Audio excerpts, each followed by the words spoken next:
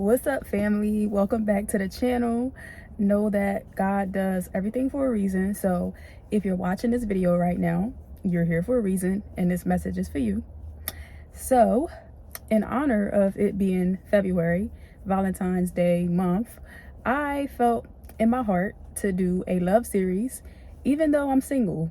Yes, I am qualified to talk about this because, as you're single, you're dating or whatever, you learn a lot. And so I have a lot to tell you. And I want to kick off this series by starting with self-love, because self-love is the basis of everything. If you don't have love for yourself, it's impossible to love somebody else. So yeah, that's the perfect place to start. Self-love. So before we go any further, I want you to identify what self-love means to you. So yeah, go ahead and pause this. I'm gonna give you a moment to think about what self-love means to you, and then I'm gonna tell you what it means to me. Okay, so self-love to me, it means inner work. I used to think self-love was like self-care, meaning like what you do to your body. And that's a form of self-love, yes, but to me, my opinion, the definition of self-love is to do the inner work, to do the things that are hard, even when you don't feel like it, to analyze yourself, look at all of the areas that you know that you can do better, and actively work on doing better at improving yourself. So essentially, self-love is personal development, spiritual development, literally everything that this channel is going to be about. That's what self-love is. You have to love yourself in order to change for the better. So that's what self-love means to me, and it means a lot to me. Before you start, self-loving yourself, you have to know who you are. You have to know your strengths, you have to know your weaknesses, and then you get to work.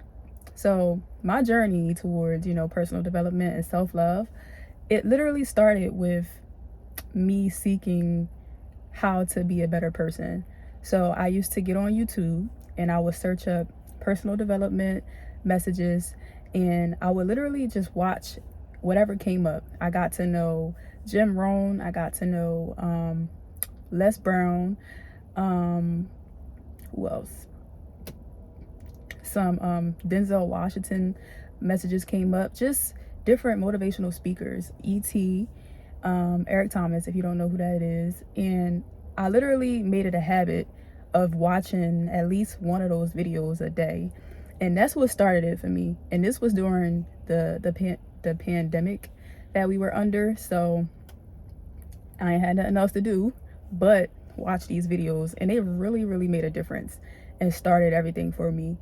And so from there, I started to read self-help books, and I started on my personal development journey before I started on my relationship with God. So when I did begin my relationship with God, I started to realize that personal development is just from God. Like, all of these books that we read to help ourselves, all of these speakers, they get their messages from God anyway, from the Bible. The Bible is like the blueprint. So every book that you read is taken from the Bible. So personal development is spiritual development. It's all the same thing. So whatever you do to improve yourself, that counts as self-love. And I really hope from the bottom of my heart that you guys are doing everything possible to love on yourself first before you look for any relationship, because of course it's impossible to love anybody if you have no love for yourself. And honestly, I've been there and I've done that. So I don't recommend it for anyone. And yeah, so one sermon from I think it was Denzel Washington. No, I'm sorry. It was Will Smith. He said, self-love is self-discipline. And it's doing those things that are hard that equals to self-love. So you cannot want to work out, not want to eat the healthy things, and not want to read the self-help book, not want to read the Bible, but if you love yourself, it's in your best interest to do the hard things in order for you to grow and in order for you to feel good about yourself at the end of the day. It does not feel good in a moment to go to the gym when you just want to lay down and be lazy. But after you work out, you have a sense of accomplishment, you feel confident, and you feel the love within yourself. And one discipline, it leads to other disciplines. So if you've been working out, it's going to naturally make you want to eat the smoothie. It's going to naturally make you want to drink the smoothie and eat the fruits and veggies. So literally just taking it one step at a time, every category that you possibly can. That is what self-love means to me, because you don't want to show up into a relationship as a half of a person. You want to be 100%, at least the best you can possibly be, before you start dating and before you try to look for something serious. Before you even like try to date anybody, you should at least be 80%, because it's not ideal that you will be 100% before you meet somebody, but I'm not saying it's not possible. We always have something that we can work on and do better with, and especially when we meet somebody else that we consider to be our person, that we has potential to be our person, you will find areas within that person that you can grow with. Self-love to me used to be so surface level because I didn't understand it for real. I just thought that of course I love myself. I have myself forever, so I have no choice but to love myself. Like, isn't it automatic? It's really not. Self-love is being able to self-analyze yourself, give yourself a scan at the end of the day and see what you need to work on so that you can be your best self and you can feel your best self. Self-love is essentially saying, like, I love myself too much to let myself go. I love myself too much to be in this relationship with this person that it's not reciprocal. I love myself too much to work at this job when I know that I'm supposed to be a boss and I have a higher purpose. I love myself too much to settle and stay in my hometown when I know that the world is huge and it's far more opportunities than here. It's looking at yourself and seeing what you can do better. It's looking at yourself and your situation that you're currently in and understanding that things can be so much better for you if you take action. Self-love is not being conceited or arrogant and thinking that you're better than people. Self-love is humbling. Self-love is loving yourself the way God loves you at the end of the day. Self-love is having fear for God, because you know that if you don't have the fear of God in you, you are off the chain. You don't have no limits in what you can and cannot do. So you live a very reckless, unsafe life. And if you don't fear God, this is your sign to fear God. And when I say fear God, it does not mean to be like scared of God. It means to fear God is to have reverence for God, a very deep respect for all that he has done and all that he has done in your life, and just having him as the Lord of your life. That is what the fear of God means. So loving yourself is having the fear of God and giving God all of his respect and all of his praise and glory and putting nothing above him and giving your life to him 100%.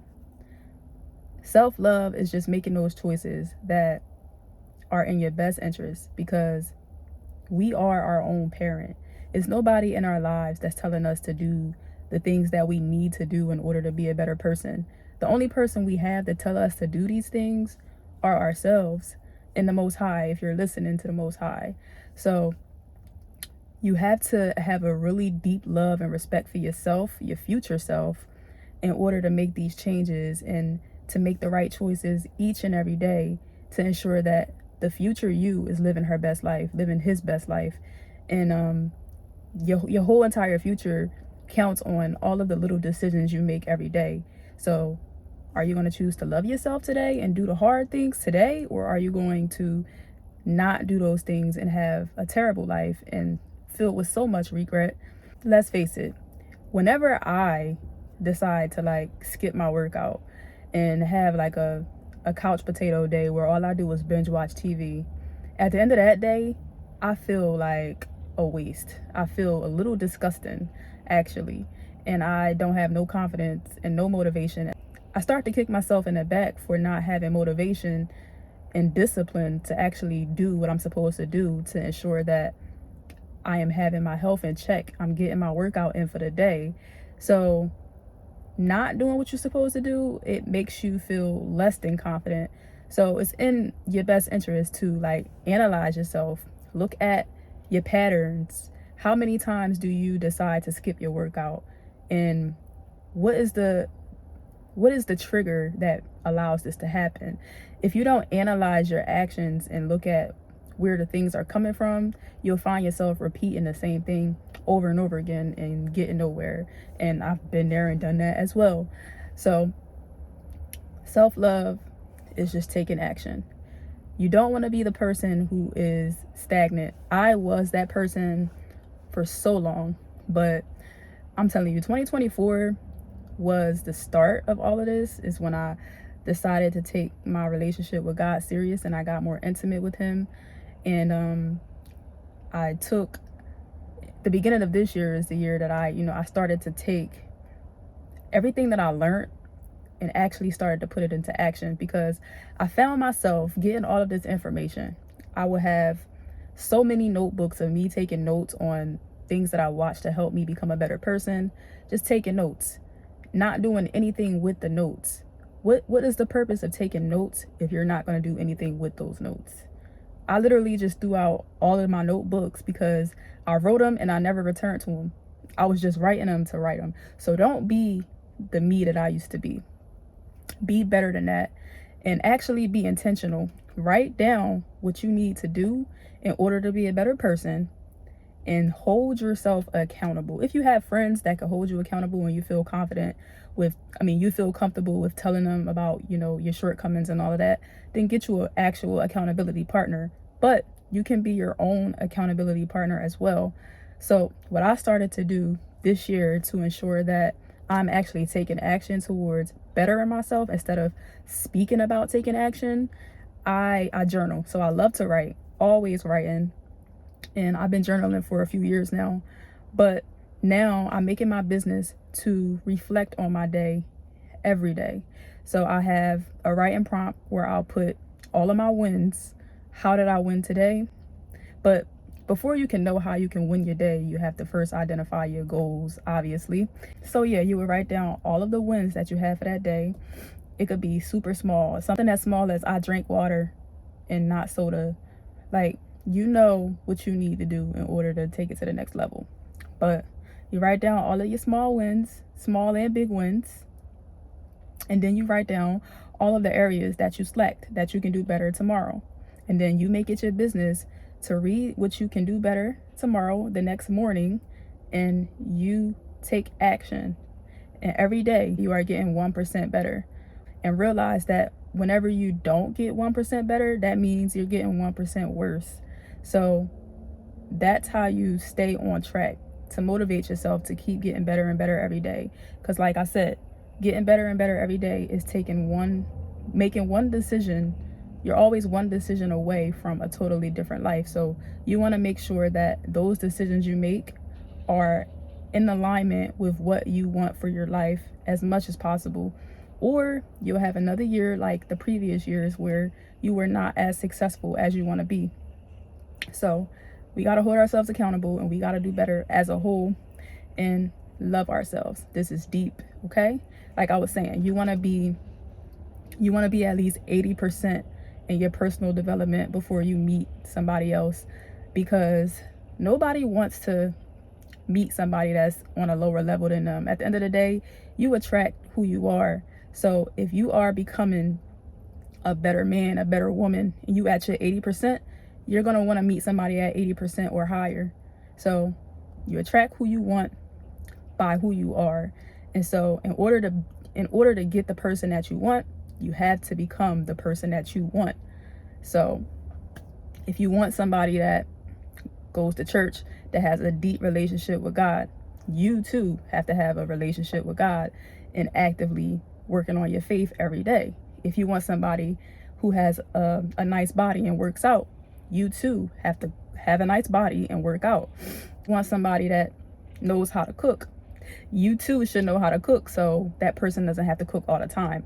So whatever you want, whatever you have on your preference list for a man and a woman, a husband or a wife, I should say, you want to become those things first. You want to know how to do it at least. You want to be what you want, 100%, or at least 80 to 100%. We don't want no half people. Like we don't want no half people. I don't want that for you. I don't want that for me. So one step at a time, we become a better person, and we love on ourselves each and every day. And then we could get into like the self-care, getting our hair done, getting our makeup done, getting our waxes, getting our nails done. Men, get your hair cut. Whatever you do to take care of yourself, that's your business. But honestly, none of that stuff really matter if deep down inside you need help, you struggling, and you not even confident in yourself. Confidence don't come from getting your nails done 100%. It may be like 80% maybe for some people, but you still gonna feel empty if you don't have that inner work working for you. So let's get our self-love, and then we can focus on meeting our person. So we'll talk about that in the videos to come. But guys, thank you for watching. Thank you for kicking it with me so far. And I will see you on the next one. Peace out.